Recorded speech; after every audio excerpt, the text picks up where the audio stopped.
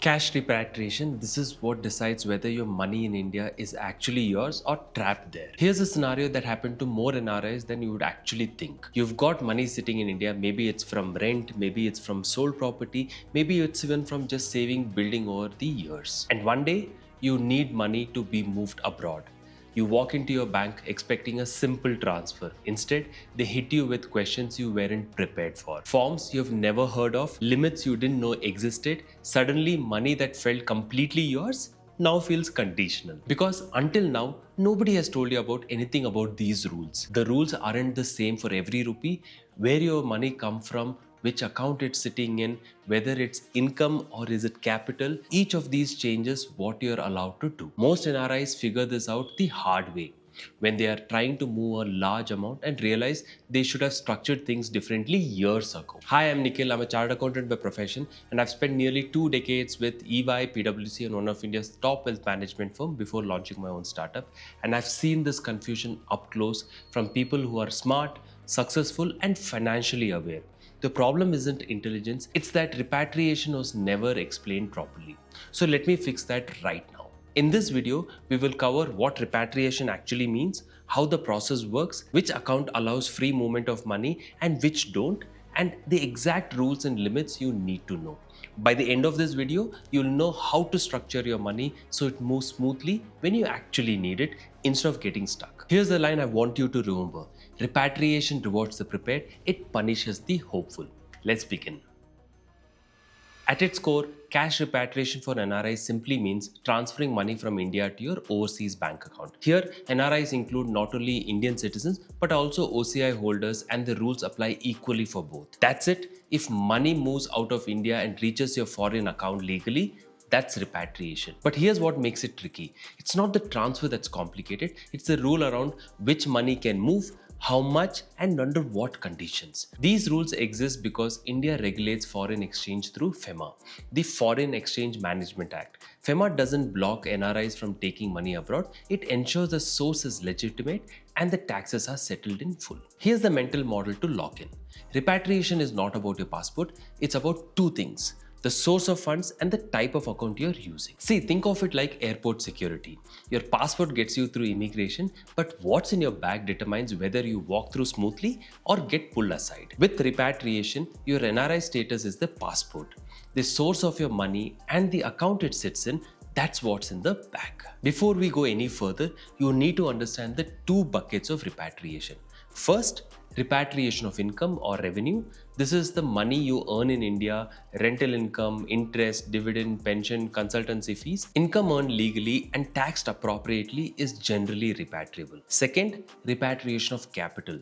This is the original amount you invested, money you used to buy property, mutual funds or shares. Capital repatriation is where limits and FEMA restrictions come into play. The distinction is critical. Many NRIs assume if income is repatriable, capital must be too. That assumption causes problems later. Everything we discussed so far is the foundation. If this is useful, hit the like button and subscribe, because the mistake and the edge cases we are about to get into are where most NRIs actually get stuck. So let's talk about the real world process. Step 1, identify the source. When you approach your bank, they'll ask where the money came from: salary, rent, property sale, inheritance. Your answer determines everything. Step 2, ensure tax compliance. Repatriation itself isn't taxed, but the incomes or gains earned in India may be. Before funds leave, the bank must confirm taxes are paid. This is where Form 15CA and Form 15CB comes into the picture. Form 15CA is an online declaration and Form 15CB is a CA certificate confirming tax compliances. Step 3, submit your request to the bank. Once the documentation is verified, the bank processes the transfer. In theory, simple.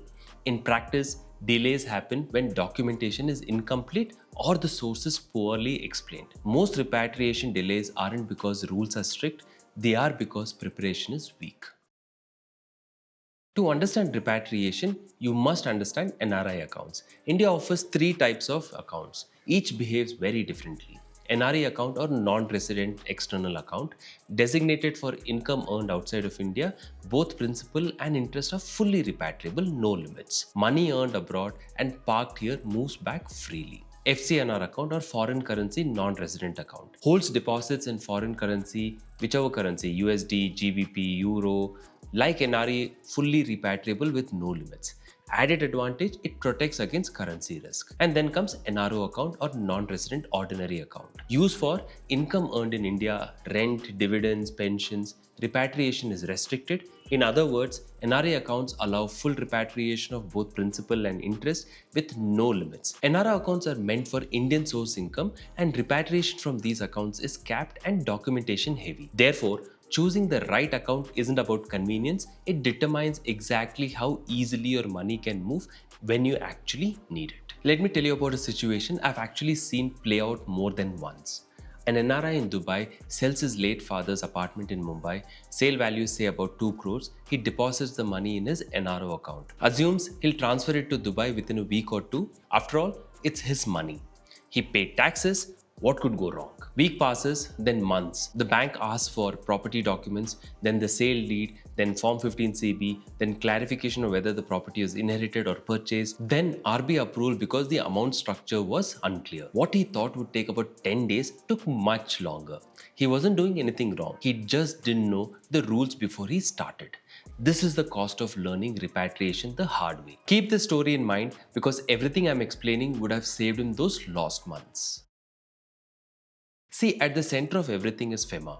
It doesn't stop you from taking money out, it ensures money is legitimate, documented, and tax compliant. Here's where account types matter. NRI and FCNR accounts, like we discussed, fully repatriable with no limits. On the other hand, NRI account, it's restricted to USD 1 million per financial year only after taxes are paid and forms are filled. This limit is only on capital account, not on revenue or income such as rent, dividend, and interest.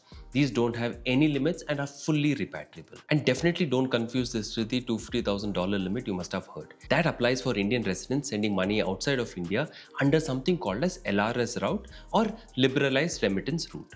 And this LRS route is not applicable for NRIs. Now let's actually put real numbers to this. Sell a property for say about 2 crores, roughly about $220,000. This fits within the limit repatriable in 1 year. Sell for 10 crores, roughly $1.1 million. You exceed the limit. Either spread across 2 financial years or seek RBI approval. For amount exceeding the threshold, RBI approval adds time and paperwork, and in most cases you don't get approval. Bottom line, repatriation easy if you plan your accounts right, painful if you don't.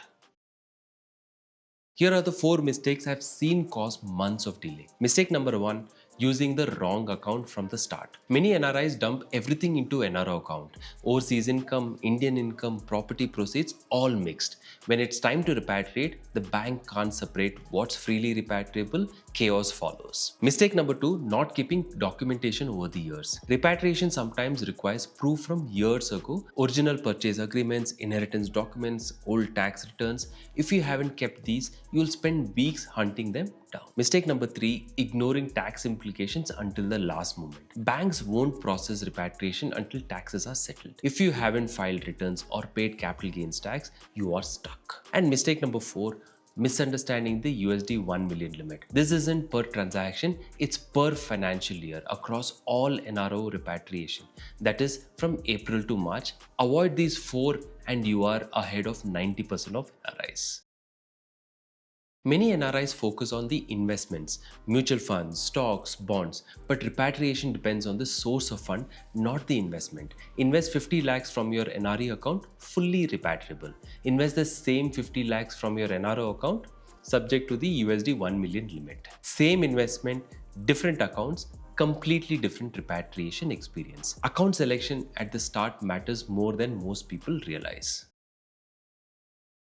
Real estate proceeds come with additional conditions, especially inherited properties and agricultural land. Original purchase documents, inheritance proof, and tax certificates are required. Above USD 1 million, RBI approval is needed as well. Student income earned in India is treated as Indian income routed through NRO account and follows the same repatriation rules as everyone else. Foreign currency brought into India can be repatriated easily if it was declared properly. Undeclared currency becomes very difficult to move back.